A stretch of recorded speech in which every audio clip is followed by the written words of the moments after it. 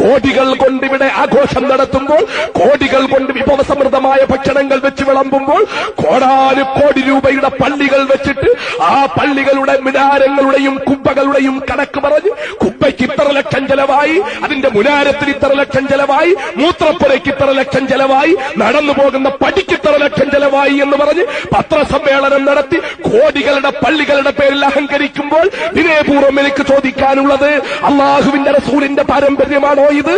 അബൂബക്കർ സിദ്ദീഖിന്റെ പാരമ്പര്യമാണോ ഇത്? ഉമറുൽ ഫാറൂഖിന്റെ പാരമ്പര്യമാണോ ഇത്? ഹംസത്തുൽ ഖറാറിന്റെ പാരമ്പര്യമാണോ ഇത്? അലിയുൽ മുർത്തളയുടെ പാരമ്പര്യമാണോ ഇത്? ഇസ്ലാമിക ചരിത്രത്തിൽ എവിടെങ്കിലും കണ്ടിട്ടുള്ള പാരമ്പര്യമാണോ ഇത്? മൈക്ക് കിട്ടുമ്പോൾ മണിക്കൂറുകളോളം മൈക്ക് കടിച്ചു പറിച്ചുകൊണ്ട് ഇസ്ലാമിനെ കുറിച്ച് ധീരധീരം പ്രസംഗിക്കുന്നവരെ, നിങ്ങൾക്ക് നിങ്ങളോട് ബന്ധപ്പെട്ട പ്രശ്നങ്ങൾ വരുമ്പോൾ കോടിക്കണക്കിന് രൂപ നിങ്ങൾ കോൺക്രീറ്റ് സൗധങ്ങൾ കെട്ടിയുണ്ടാക്കുവാൻ വേണ്ടി, മാർബിൾ സൗധങ്ങൾ കെട്ടിയുണ്ടാക്കുവാൻ വേണ്ടി, മൂത്രപ്പുറയിൽ ചിപ്സ് പതിപ്പിക്കുവാൻ വേണ്ടി, വലിയ വലിയ കുബ്ബകൾ കെട്ടിയുണ്ടാക്കാൻ വേണ്ടി, എന്നിട്ട് അതിന് ചെലവായ സിമന്റിന്റെയും കമ്പിയുടെയും കണക്ക് പറഞ്ഞിട്ട് പത്രസമ്മേളനം നടത്തി അഹങ്കരിക്കാൻ പോകുമ്പോൾ ഏത് ഇസ്ലാമിലാണോ നിങ്ങൾക്കിതിൽ അടിത്തറയുള്ളത്? എവിടെയാ നിങ്ങൾക്കിതിന് മാതൃകയുള്ളത്? ഈ അഹങ്കാരങ്ങളൊക്കെ നടത്തുമ്പോൾ തന്നെ എത്രയെത്രയോ വീടുകളിലെ നൂറുകണക്കിന് പെൺകുട്ടികൾ പുര നിറഞ്ഞിരിക്കുന്നു, കല്യാണപ്രായമെത്തിയ പെൺകുട്ടികള്. ആരുണ്ട് അവരുടെ കാര്യം ശ്രദ്ധിക്കുവാൻ? ആ വിവാഹപ്രായമെത്തിയ 10, 30, 35 വയസ്സായിട്ട് കല്യാണം കഴിച്ചു കൊടുക്കപ്പെടാൻ കഴിയാത്ത എത്രയെത്രയോ പെൺകുട്ടികൾ പുര നിറഞ്ഞിരിക്കുന്നു. അവരുടെ കാര്യം ശ്രദ്ധിക്കാൻ ആരുണ്ട്? അവരെ സഹായിക്കാൻ ആരുണ്ട്? അവർക്ക് വേണ്ടുന്ന അവർക്കൊരു വരനെ കണ്ടെത്തി കല്യാണം കഴിച്ചു കൊടുക്കാൻ ആരുണ്ട്? സമൂഹത്തിന്റെ കയ്യിലുള്ള പൈസ വാങ്ങിയിട്ട് ആ പൈസ സമൂഹത്തിന്റെ കയ്യിൽ നിന്ന് പിരിവെടുത്തിട്ട് മതി. ഈ കോടികളുടെ പള്ളികൾ കെട്ടിപ്പൊക്കുമ്പോൾ പള്ളികൾ ആവശ്യമുള്ളിടത്ത് വെക്കണം, വേണ്ടാന്നല്ല ഞാൻ പറയുന്നത്. പള്ളി വേണ്ടതാ, കാരണം നിസ്കരിക്കാൻ ആള് കൂടുമ്പോൾ പള്ളി ആവശ്യമാണ്. പക്ഷേ പള്ളിയുടെ പേരിൽ പള്ളിക്ക് അലങ്കാരം കൂട്ടാൻ, മോടി കൂട്ടാൻ, പള്ളിയുടെ മുകളിൽ ഇങ്ങനെ മനുഷ്യൻ അവരുടെ വയറിനേക്കാളും വലിയ കുബ്ബകളുണ്ടാക്കി വെക്കാൻ, വലിയ വലിയ കുബ്ബകൾ കെട്ടിപ്പൊക്കാൻ, മൂത്രപ്പുറയിൽ ചിപ്സ് പതിപ്പിക്കാൻ, മാർബിള് പതിപ്പിക്കാൻ, ഇതിന്റെയൊക്കെ പേരിൽ ഇങ്ങനെ കോടികൾ വാരിക്കൂട്ടിയിട്ട് അതിന്റെ കണക്ക് പറഞ്ഞിട്ട് അഭിമാനിക്കുമ്പോഴേ ഈ ആരെങ്കിലും ഓർക്കുന്നുണ്ടോ? അനാവശ്യമായി കെട്ടിപ്പൊക്കുന്ന പള്ളിയുടെ കുബ്ബകളും മുനാരങ്ങളും ഇസ്ലാമികമായി അടിത്തറയുള്ളതാണ് എന്ന്, അത് പ്രതിഫലം കിട്ടുന്ന കാര്യമാണ് എന്ന്, അതുകൊണ്ട് കൂലി കിട്ടുന്ന കാര്യമാണ് എന്ന്. പള്ളി വേണം നിസ്കരിക്കാൻ വേണ്ടി, പക്ഷേ പള്ളി നിസ്കരിക്കാൻ വേണ്ടി കിട്ടുന്ന പള്ളിയിൽ നിസ്കരിക്കാൻ ആവശ്യമായ സ്ഥലമുണ്ടാക്കുന്നതിന് ആവശ്യമായതിന്റെ എത്രയോ ഇരട്ടി രൂപ പള്ളിക്ക് മോടി പിടിപ്പിക്കാൻ വേണ്ടി ചെലവാക്കുന്ന സംസ്കാരം, അത് ഇസ്ലാമിൽ അടിത്തറയുള്ള സംസ്കാരമല്ല.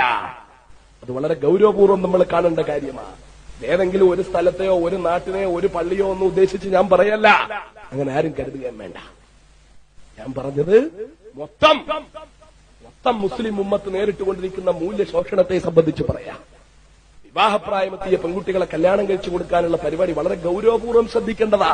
35 വയസ്സായ കുട്ടികൾ വരെ മറ്റുള്ളവരോടൊപ്പം ഇറങ്ങിപ്പോകുന്ന ദുരവസ്ഥകൾ നമ്മൾ ഓരോ ദിവസവും കണ്ടുകൊണ്ടിരിക്കുകയാണ്. കല്യാണങ്ങളുടെ പേരിലുള്ള വിഭവസമൃദ്ധമായ ഭക്ഷണങ്ങൾ, ആയിരക്കണക്കിനും 10,000-കണക്കിനും രൂപയ്ക്കുള്ള ഭക്ഷണങ്ങൾ അധികം വന്നിട്ട് കൊണ്ട് തള്ളിക്കളയുന്ന ദുരവസ്ഥ.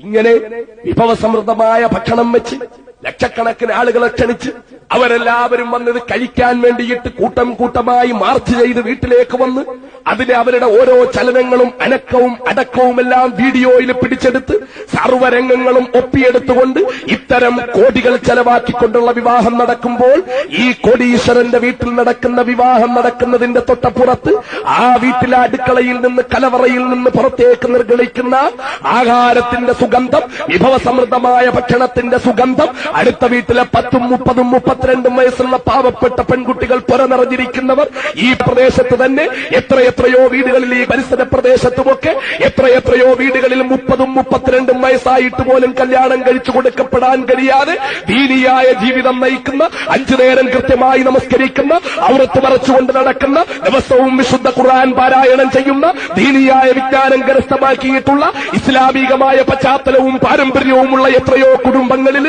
30, 32 വയസ്സായിട്ട് പുര നിറഞ്ഞിരിക്കുന്ന പെൺകുട്ടികൾ, അവരുടെ കാര്യം ആരും ഒന്ന് വെറുതെ അന്വേഷിക്കുക പോലും ചെയ്യപ്പെടാതെ കോടികൾ കൊണ്ടിവിടെ ആഘോഷം നടത്തുമ്പോൾ, കോടികൾ കൊണ്ട് വിഭവസമൃദ്ധമായ ഭക്ഷണങ്ങൾ വെച്ച് വിളമ്പുമ്പോൾ, കല്യാണത്തിന്റെ പേരിൽ ഈ കോടികളുടെ ആഡംബരം എന്തിനാ?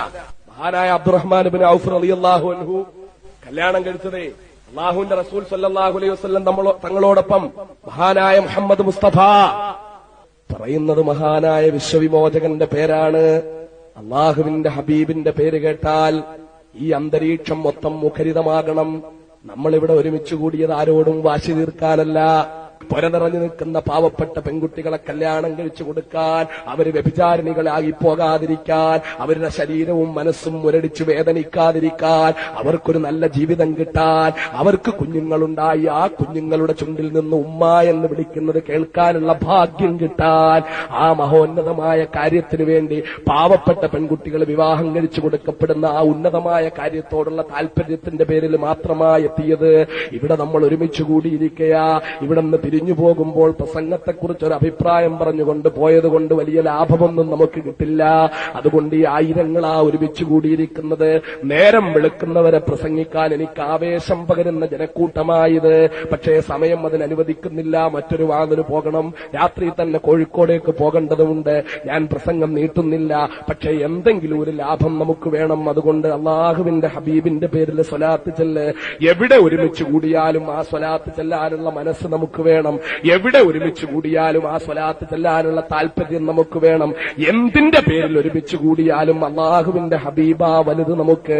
അള്ളാഹുവിന്റെ ഹബീബാണ് നമുക്ക് വലുത്. അള്ളാഹുവിന്റെ ഹബീബിനോടാ നമ്മുടെ ഇഷ്ടം. അള്ളാഹുവിന്റെ ഹബീബിനോടാ നമ്മുടെ താല്പര്യം. അള്ളാഹുവിന്റെ ഹബീബാ നമ്മെ നാമാക്കി മാറ്റിയത്. അള്ളാഹുവിന്റെ ഹബീബാ നമ്മുടെ മാതൃക. അള്ളാഹുവിന്റെ ഹബീബാ നമുക്ക് വഴികാട്ടി. ആ മഹാനായ പ്രവാചകൻ അഷ്റഫുൽ ഖൽഖിന്റെ പേര് എപ്പോൾ എവിടെ കേട്ടാലും ആവേശത്തോടെ സ്വലാത്ത് ചെല്ലാനുള്ള മനോഭാവം ഉണ്ടാകണം. അതിലൊട്ടും പുറകോട്ട് പോകരുത്. വളരെ മോശമായ അപകടകരമായ പല പ്രവണതകളും ഉണ്ടായിക്കൊണ്ടിരിക്കുന്നുണ്ട്. പല മുഖം മൂടികളും വിട്ടുകൊണ്ട് അള്ളാഹുവിന്റെ ഹബീബിന്റെ വ്യക്തിത്വത്തെ ചോദ്യം ചെയ്യുന്നവർ, അള്ളാഹുവിന്റെ ഹബീബ് സാധാരണ മനുഷ്യനാണെന്ന് പറയുന്നവർ, അള്ളാഹുവിന്റെ ഹബീബിന്റെ അസാധാരണത്വത്തെ അംഗീകരിക്കാൻ മനസ്സില്ലാത്തവർ, അള്ളാഹുവിന്റെ ഹബീബിന്റെ വ്യക്തിത്വത്തെ ചോദ്യം ചെയ്യുന്നവർ, അള്ളാഹുവിന്റെ ഹബീബ് അതുല്യ വ്യക്തിത്വത്തിന്റെ ഉടമയാണെന്ന് സമ്മതിക്കാൻ ബുദ്ധിമുട്ടുള്ളവർ, ആ ഹബീബായ നബിയെ തവസ്സുൽ ചെയ്തുകൊണ്ട് ദ്വാരെന്നാൽ അതിന് പുണ്യം കിട്ടുമെന്ന് പറയാൻ മടിക്കുന്നവർ, അത് തെറ്റാണെന്ന് പറയുന്നവർ, അള്ളാഹുവിന്റെ ഹബീബിനെ തവസ്സുൽ ചെയ്യുന്നത് മഹാപാപമാണെന്ന് പറയുന്നവർ, ഇങ്ങനെ തെറ്റിദ്ധരിപ്പിച്ചവർ വിവിധ ശ്രമങ്ങൾ നടത്തിയിട്ട് മുസ്ലിം ഉമ്മത്തിന്റെ ഇടയിലേക്ക് കടന്നു കയറാനുള്ള ശ്രമങ്ങളൊക്കെ ദയനീയമായി പരാജയപ്പെട്ടപ്പോൾ അവസാനത്തെ ആയുധമായി പ്രതിരോധത്തിന്റെ മുദ്രാവാക്യവും മുഴക്കിക്കൊണ്ട് കഥകടച്ചുകൊണ്ട് നാഷണാലിറ്റിയും ഡെമോക്രാസിയും ഒക്കെ പറഞ്ഞുകൊണ്ട് കഥകടച്ചുകൊണ്ട് പ്രവർത്തനം നടത്തി തീവ്രവാദമാണ് ഭീകരവാദമാണെന്നൊക്കെ മറ്റുള്ളവരെ കൊണ്ട് പറയിപ്പിച്ചൊരു സർട്ടിഫിക്കറ്റൊക്കെ വാങ്ങിച്ചു വെച്ചിട്ട് മുസ്ലിം ചെറുപ്പക്കാരെ വഴിപിടപ്പിക്കാൻ ശ്രമിക്കുന്നുണ്ട്. മൗദൂദിസത്തിലേക്ക് കൂട്ടിക്കൊണ്ടുപോകാൻ ശ്രമിക്കുന്നുണ്ട്. ഒരു കാര്യം നോക്കിക്കോ മക്കളെ, അള്ളാഹുവിന്റെ ഹബീബിനോട് ഇഷ്ടം വെക്കുന്ന, അള്ളാഹുവിന്റെ റസൂലിന്റെ സ്വഹാബത്തിനെ പ്രേമിക്കുന്ന, ഔലിയാക്കളെയും ആരിഫീങ്ങളെയും ഇഷ്ടപ്പെടുന്ന, അവർ കാട്ടിത്തന്ന ഉന്നതമായ വഴിയിലൂടെ മുന്നോട്ട് പോകുന്ന ആ ഉത്തമമായ മാർഗമല്ലാത്ത ഒരു മാർഗം കൊണ്ടും നമുക്ക് രക്ഷപ്പെടാൻ പറ്റില്ല. മഹാനായ അലി റളിയല്ലാഹു തആല അൻഹു ഉണ്ടല്ലോ, വാളിന്റെ വായ്ത്തല കൊണ്ട് വീരേതിഹാസം രചിച്ച, ശത്രുവിന്റെ തല അന്തരീക്ഷത്തിലൂടെ കരിയിലെ പോലെ പാറിപ്പറപ്പിച്ച വീരനും വില്ലാളി വീരനും വിജിഗീഷുവുമായ അലിയാര് തങ്ങളുണ്ടല്ലോ. ഒരു യുദ്ധത്തിന്റെ വേളയിൽ മഹാനായ അലി റളിയല്ലാഹു അൻഹു ശത്രുക്കളോട് പടവെട്ടി അവരുടെ കോട്ടയിലേക്ക് കടന്ന് അവസാനം കോട്ടയ്ക്കകത്ത് പെട്ടുപോയി. ശത്രുക്കളുടെ കോട്ടയ്ക്കകത്ത് പെട്ടപ്പോൾ ശത്രുക്കളതാ അവരുടെ മുന്നിൽ വന്ന് പെട്ടപ്പോൾ കടുവയുടെ മുന്നിൽപ്പെട്ട ആട്ടിൻകുട്ടിയെ പോലെ മഹാനായ അലിയാര് തങ്ങളുടെ 4 ഭാഗത്തു നിന്നും അതാ ശത്രുക്കൾ ഓടിയെത്തുകയാണ്. അലിയാര് തങ്ങള് ആ കോട്ടവാതിലുണ്ടല്ലോ, കോട്ടയുടെ വാതില്, മഹാനായ അലിയാര് തങ്ങൾ ആ കോട്ടവാതില് 2 കൈകൊണ്ടും പിടിക്കയാ. ശക്തമായി ഉറപ്പിച്ചു വെച്ചിരുന്ന കോട്ടവാതില് ഹസ്ബുനല്ലാഹു നിഅമൽ വകീൽ നിഅമൽ മൗലാ വ നിഅമൻ നസീർ എന്ന് പറഞ്ഞുകൊണ്ട് ആ കോട്ടവാതിൽ പിടിച്ച് ബഹുമാനപ്പെട്ട അലി റളിയല്ലാഹു അൻഹു പിടിച്ചപ്പോൾ കോട്ടവാതിൽ ഇളകി വന്നു. ആ കോട്ടവാതിൽ പരിചയായി പിടിച്ചുകൊണ്ട് 4 ഭാഗത്തു നിന്നും ചീറി വന്ന ശത്രുവിന്റെ വാളിനെതിരെ കോട്ടവാതിൽ കൊണ്ട് പരിച പോലെ പിടിച്ചുകൊണ്ട് തടസ്സം സൃഷ്ടിച്ച് മഹാനായ അലി റളിയല്ലാഹു അൻഹു മുന്നോട്ട് നീങ്ങിക്കൊണ്ടിരുന്നു. ആ അലിയാര് തങ്ങളെ യുദ്ധം കഴിഞ്ഞ് യുദ്ധത്തിൽ വിജയം വരിച്ച് വെച്ചിട്ട് കോട്ടവാതിൽ താഴെ വീണ് കഴിഞ്ഞപ്പോൾ 70 സ്വഹാബാക്കൾ വന്നിട്ട് ആ വാതിൽ പൊക്കാൻ വേണ്ടി ശ്രമിച്ചു കേട്ടോ. 70 സ്വഹാബാക്കൾ വന്നിട്ട് ആ വാതിൽ പൊക്കാൻ വേണ്ടി പഠിച്ച പണി 18 നോക്കിയിട്ടും ആ വാതിൽ പൊങ്ങിയില്ല. 70 ആരോഗ്യവാന്മാരായ സ്വഹാബാക്കൾക്ക് പൊക്കാൻ കഴിയാത്ത കോട്ടവാതില് മഹാനായ അലിയാര് തങ്ങളുടെ കൽബിന്റെ ഉറപ്പുകൊണ്ട്, ശക്തി കൊണ്ട്, റബ്ബുമായിട്ടുള്ള ബന്ധത്തിന്റെ ശക്തി കൊണ്ട്, മഹാനായ അലിയാര് തങ്ങളുടെ ആ ഉന്നതമായ തൗഹീദിന്റെ ശക്തി കൊണ്ട് ഉയർത്തിപ്പിടിക്കാൻ കഴിഞ്ഞു. ആ അലിയാര് തങ്ങളുടെ തൗഹീദിന്റെ ശക്തിയുണ്ടല്ലോ, അല്ലാഹുവിന്റെ റസൂല് പറഞ്ഞുകൊടുത്ത അന മദീനത്തുൽ ഇൽമി വഅലിയും ബാബുഹാ എന്ന അലിയാര് തങ്ങൾ അല്ലാഹുവിന്റെ റസൂല് പരിചയപ്പെടുത്തിയ അല്ലാഹുവിന്റെ റസൂലിൽ നിന്ന് അല്ലാഹുവിനെ കുറിച്ചുള്ള രഹസ്യമായ വിജ്ഞാനത്തിന്റെ ഭണ്ഡാകാരങ്ങൾ പ്രവാചകൻ തുറന്നുകൊടുത്തപ്പോൾ അതെല്ലാം നെഞ്ചിലേക്ക് അടുപ്പിച്ച അല്ലാഹുവിന്റെ റസൂല് തന്റെ വസ്ത്രം മാറ്റിയിട്ട് അലിയാര് തങ്ങളുടെ വസ്ത്രവും മാറ്റിയിട്ട് അലിയാര് തങ്ങളുടെ നെഞ്ചിലെ വസ്ത്രവും പ്രവാചകന്റെ നെഞ്ചിലെ വസ്ത്രവും മാറ്റിയിട്ട് അലിയാര് തങ്ങളെ നെഞ്ചോടടുപ്പിച്ചു നിർത്തിക്കൊണ്ട് അല്ലാഹുവിന്റെ റസൂലിന്റെ ഹൃദയത്തിൽ നിന്ന് ഒരുപാട് അത്ഭുതകരമായ രഹസ്യങ്ങൾ അലിയാര് തങ്ങളുടെ ഹൃദയാന്തരാളങ്ങളിലേക്ക് പകർന്നുകൊടുത്ത അത്ഭുതകരമായ അനുഭവങ്ങൾ ചരിത്രത്തിൽ നമുക്ക് കാണാൻ കഴിയും. ആ അലിയാര് തങ്ങളിലേക്ക് ചെന്നെത്തുന്ന ഔലിയാക്കളുടെയും ആരിഫീങ്ങളുടെയും വഴിയുണ്ട്. ആ വഴി സ്വീകരിച്ച് അവര് വഴി അല്ലാഹുവിന്റെ റസൂലിലേക്ക് എത്തിച്ചേർന്ന് ഹബീബായ നബിയെ എന്തിനേക്കാളും ഉപരി സ്നേഹിക്കുന്ന പ്രവാചകന്റെ വ്യക്തിത്വം അംഗീകരിക്കുന്ന, പ്രവാചകനെ ബഹുമാനിക്കുന്ന, പ്രവാചകനെ ഇഷ്ടപ്പെടുന്ന, പ്രവാചകനെ ആദരിക്കുന്ന, പ്രവാചകനെ എല്ലാ അർത്ഥത്തിലും പൂർണ്ണമായി സ്നേഹിക്കുന്ന മുഅ്മിനീങ്ങളാകയാ വേണ്ടത്. അതിനു പരം അല്ലാഹുവിന്റെ റസൂലിന്റെ മഹത്വമൊക്കെ കുറച്ച് അത് സാധാരണ മനുഷ്യനാ. ആരെ പോലെ? മഹ്ദനിയെ പോലെ അല്ല, നമ്മളെയൊക്കെ പോലെ ഒരു സാധാരണ മനുഷ്യൻ, നമ്മളെയൊക്കെ പോലൊരു സാധാരണ മനുഷ്യനാ. ഖുർആനും പറഞ്ഞിട്ടുണ്ടല്ലോ ഇന്നമാന ബശറും മിസ്ലുഹും എന്ന് പറയാൻ. സാധാരണ മനുഷ്യനാണ്. ഞാൻ അങ്ങോട്ട് കിടന്നാ നീണ്ടുപോകും. സാധാരണ മനുഷ്യനാ. കൈയുണ്ട്, കാലുണ്ട്, കണ്ണുണ്ട്, മൂക്കുണ്ട്, ചെവിയുണ്ട്, മനുഷ്യനാ. ഇവിടെ ഒരു കല്ലെടുക്കാൻ പറഞ്ഞാൽ നിങ്ങളൊരു കല്ല് കൊണ്ടുവരും. നിങ്ങളോട് ഞാൻ പറയാ ഒരു കല്ലെടുക്കാൻ, നല്ലൊരു കല്ലെടുത്ത് ഇവിടെ കൊണ്ടുവരും. അതേ കാര്യം ഞാൻ ചിലപ്പോൾ ഒരു ബാർബറായ സഹോദരനോട് പറയാ ഒരു കല്ല് കൊണ്ടുവരാൻ. അയാൾ പെട്ടെന്ന് കൊണ്ടുവരുന്നത് കത്തി തേക്കുന്ന കല്ലായിരിക്കും. അതേ കാര്യം ഞാൻ വേറൊരാളോട് പറയാ ഒരു അലക്കുകാരനോട് ഒരു കല്ല് കൊണ്ടുവരാൻ. അയാൾ കൊണ്ടുവരുന്നത് തുണി അലക്കാൻ പറ്റിയ കല്ലായിരിക്കും. അതേ കാര്യം ബോംബെയിലെയോ അതല്ലെങ്കിൽ വിദേശ രാഷ്ട്രങ്ങളിലെയോ മുത്ത് കച്ചവടക്കാരായ, രത്നക്കച്ചവടക്കാരായ ആളുകളോട് ഞാൻ വിളിച്ചിട്ട് പറയാ ഒരു കല്ല് കൊണ്ടുവരാൻ. അവര് കൊണ്ടുവരുന്നത് ചിലപ്പോൾ 100 കോടിയും 200 കോടിയും രൂപ വിലയുള്ള കല്ലുകളായിരിക്കും. തൃശൂർ ജില്ലയിൽ അടുത്ത സമയത്ത് 70 കോടി രൂപയുടെ ഒരു കല്ല് വിറ്റു എന്നറിയാൻ കഴിയും. 70 കോടി രൂപ വിലയുള്ള കല്ല്. അതും കല്ല, ഇതും കല്ല. ഇനമാന ബശറും മിഥുലവും. ഞാൻ അവരെ പോലൊരു നിങ്ങളെപ്പോലൊക്കെ ഒരു മനുഷ്യനാണ് എന്ന് പറഞ്ഞോളാൻ അല്ലാഹു റസൂലുള്ളാഹിയോട് പറഞ്ഞു എന്നുള്ളത് ശരിയാ. മനുഷ്യനാ. പക്ഷേ ആ മനുഷ്യൻ ഒരുപാട് പ്രത്യേകതകളുണ്ട്. ആ മനുഷ്യൻ ആകാശത്തിലേക്ക് ഉയർത്തപ്പെട്ട മനുഷ്യനാ. ആ മനുഷ്യൻ പ്രപഞ്ചത്തിന്റെ രഹസ്യങ്ങളുടെ താക്കോൽ സൂക്ഷിക്കുന്ന മനുഷ്യനാ. ആ മനുഷ്യൻ സ്വർഗം കാണിക്കപ്പെട്ട മനുഷ്യനാ, നരകം കാണിക്കപ്പെട്ട മനുഷ്യനാ.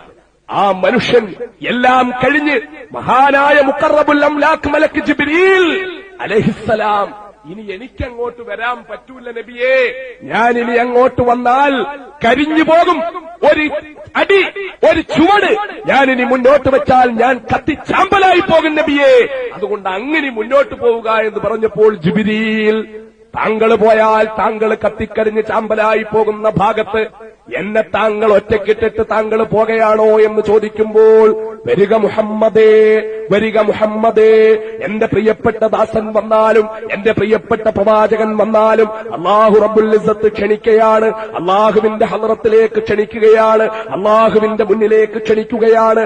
അല്ലാഹുവിനെ മഹാനായ പ്രവാചകൻ കാണുകയാണ്, അല്ലാഹുവുമായി സംസാരിക്കുകയാണ്. എങ്ങനെയാ കണ്ടതറിയില്ലേ? മഹാനായ കലീമുല്ലാഹി മൂസാ അലൈഹിസ്സലാത്തു വസ്സലാമിന് ആഗ്രഹം തോന്നി, പടച്ചവനെ എനിക്ക് നിന്നെ ഒന്ന് കാണണം. അല്ലാഹു പറഞ്ഞു വേണ്ട മൂസാ, അതൊരു അപകടകരമായ ആഗ്രഹം ആഗ്രഹമാണ് വേണ്ട. അല്ല റബ്ബേ, എനിക്ക് നിന്നെ ഒന്ന് കാണണം. ചുരുക്കി പറയട്ടെയോ, തുരിസീൻ പർവ്വതത്തിലേക്ക് വരാൻ പറഞ്ഞ് പർവ്വതത്തിന്റെ അരികിൽ വന്നു നിന്നു. മഹാനായ മൂസാ നബി അലൈഹിസ്സലാം പ്രവാചകന്മാരിൽ വളരെ ചങ്കുറപ്പുള്ള പ്രവാചകനാ. തുരിസീൻ പർവ്വതത്തിന്റെ മുന്നിൽ വന്നു നിന്നപ്പോൾ തുരിസീൻ പർവ്വതമുണ്ടല്ലോ, ആ പർവ്വതത്തിൽ പ്രത്യക്ഷപ്പെട്ടു ഒരു നേരിയ പ്രകാശത്തിന്റെ കിരണം. അല്ലാഹുവാകുന്ന പ്രകാശമുണ്ടല്ലോ. അല്ലാഹു നൂറു സമാവാതി വൽ അർദ് മസലു നൂരിഹി കമിഷ്കാത്തിൻ ഫീഹാ മിസ്ബാഹ് അൽ മിസ്ബാഹു ഫീ സുജാജ അസ്സുജാജതു കഅന്നഹാ കൗകബുൻ ദുർരിയ്യുൻ യൂഖദു മിൻ ഷജറത്തിൻ മുബാറകത്തിൻ സൈതൂനത്തിൻ ലാ ശർഖിയ്യത്തിൻ വലാ ഗർബിയ്യ യകാദു സൈതുഹാ യുളീ വലൗ ലം തംസസുഹു നാർ നൂറുൻ അലാ നൂർ. പ്രകാശമാണ്, പ്രകാശമാണ്. അല്ലാഹുവിനെ കുറിച്ച് അല്ലാഹു തന്നെ ഉപമ പറഞ്ഞു കൊണ്ടുവന്നിട്ട് അവസാനം അല്ലാഹു പറഞ്ഞതെന്താ? പ്രകാശമാണ്, പ്രകാശമാണ്, പ്രകാശത്തിന്റെ മേൽ പ്രകാശമാണ്. പ്രകാശിച്ച് പ്രകാശത്തിന്റെ പ്രോജ്വല പ്രഭാപൂരമാണ് എന്ന് അല്ലാഹു തന്നെ അല്ലാഹുവിനെ കുറിച്ച് വിശേഷിപ്പിച്ച ആ അല്ലാഹുവിന്റെ പ്രകാശം, ആ അല്ലാഹുവിന്റെ പ്രകാശത്തിന്റെ കോടാനു കോടി രശ്മിയുടെ ഒരു രശ്മിയുടെ എത്രയോ ആയിരത്തിൽ ഒരംശം തുരിസീൻ പർവ്വതത്തിൽ പ്രത്യക്ഷപ്പെട്ടപ്പോൾ ജഅലഹു ദക്കാ ഫഖറ മൂസാ സ്വൈഖാ. പർവ്വതം പപ്പടം പോലെ പൊടിഞ്ഞു. മൂസാ നബി അലൈഹിസ്സലാം ബോധം കെട്ട് നിലംപതിച്ചു. ചരിത്രത്തിൽ നമ്മൾ കാണുന്ന സത്യമാ.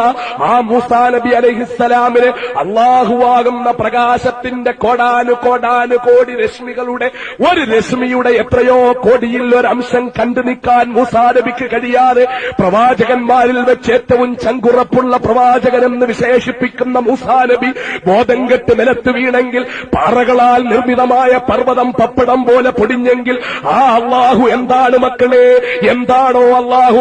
1000 കൊല്ലം മൗദനിക്ക് വാള് പറഞ്ഞാലും പറഞ്ഞു തീർക്കാൻ പറ്റാത്ത, 1000 കൊല്ലം എഴുത്തുകാരൻ എഴുതിയാലും എഴുതി തീർക്കാൻ പറ്റാത്ത, 1000 കൊല്ലം കവിതകൾ എഴുതിയാലും കവിക്ക് കവിത എഴുതി തീർക്കാൻ പറ്റാത്ത ആ അല്ലാഹു എന്ന അത്ഭുത പ്രതിഭാസമുണ്ടല്ലോ.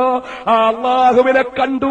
എങ്ങനെയാണോ അല്ലാഹു അങ്ങനെ കണ്ടു, അതിന്റെ പൂർണ്ണാർത്ഥത്തിൽ കണ്ടു. പൂർണ്ണമായ അർത്ഥത്തിൽ അല്ലാഹുവിനെ കണ്ടു.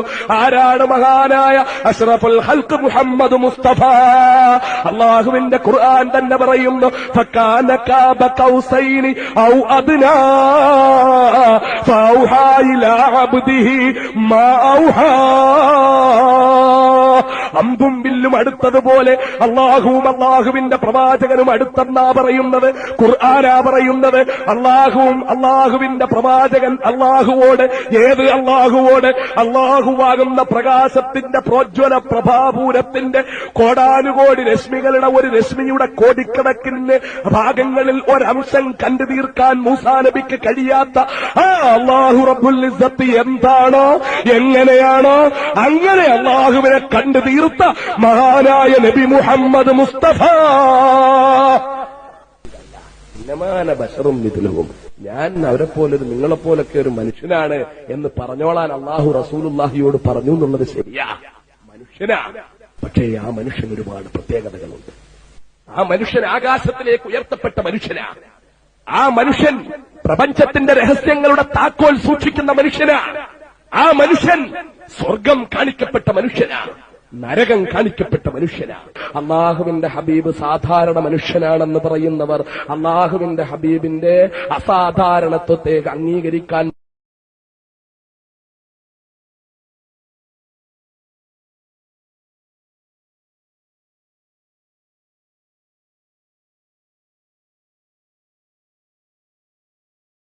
ഹബീബിന്റെ അസാധാരണത്വത്തെ അംഗീകരിക്കാൻ മനസ്സില്ലാത്തവർ, അല്ലാഹുവിന്റെ ഹബീബിന്റെ വ്യക്തിത്വത്തെ ചോദ്യം ചെയ്യുന്നവർ, അല്ലാഹുവിന്റെ ഹബീബ് അതുല്യ വ്യക്തിത്വത്തിന്റെ ഉടമയാണെന്ന് സമ്മതിക്കാൻ ബുദ്ധിമുട്ടുള്ളവർ, ആ ഹബീബായ നബിയെ തവസ്സുൽ ചെയ്തുകൊണ്ട് ദ്വാരെന്നാൽ അതിന് പുണ്യം കിട്ടുമെന്ന് പറയാൻ മടിക്കുന്നവർ, അത് തെറ്റാണെന്ന് പറയുന്നവർ, അല്ലാഹുവിന്റെ ഹബീബിനെ തവസ്സുൽ ചെയ്യുന്നത് മഹാപാപമാണെന്ന് പറയുന്നവർ, ഇങ്ങനെ തെറ്റിദ്ധരിപ്പിച്ചവർ വിവിധ ശ്രമങ്ങൾ നടത്തിയിട്ട് മുസ്ലിം ഉമ്മത്തിന്റെ ഇടയിലേക്ക് കടന്നു കയറാനുള്ള ശ്രമങ്ങൾ മുസ്ലിമീങ്ങളൊക്കെ ദയനീയമായി പരാജയപ്പെട്ടപ്പോൾ അവസാനത്തെ ആയുധമായി പ്രതിരോധത്തിന്റെ മുദ്രാവാക്യവും മുഴക്കിക്കൊണ്ട് കഥകടച്ചുകൊണ്ട് ഒരു കാര്യം നോക്കിക്കോ മക്കളെ, അള്ളാഹുവിന്റെ ഹബീബിനോട് ഇഷ്ടം വെക്കുന്ന, അള്ളാഹുവിന്റെ റസൂലിന്റെ സ്വഹാബത്തിനെ പ്രേമിക്കുന്ന, ഔലിയാക്കളെയും ആരിഫീങ്ങളെയും ഇഷ്ടപ്പെടുന്ന, അവർ കാട്ടിത്തന്ന ഉന്നതമായ വഴിയിലൂടെ മുന്നോട്ട് പോകുന്ന ആ ഉത്തമമായ മാർഗമല്ലാത്ത ഒരു മാർഗം കൊണ്ടും നമുക്ക് രക്ഷപ്പെടാൻ പറ്റില്ല.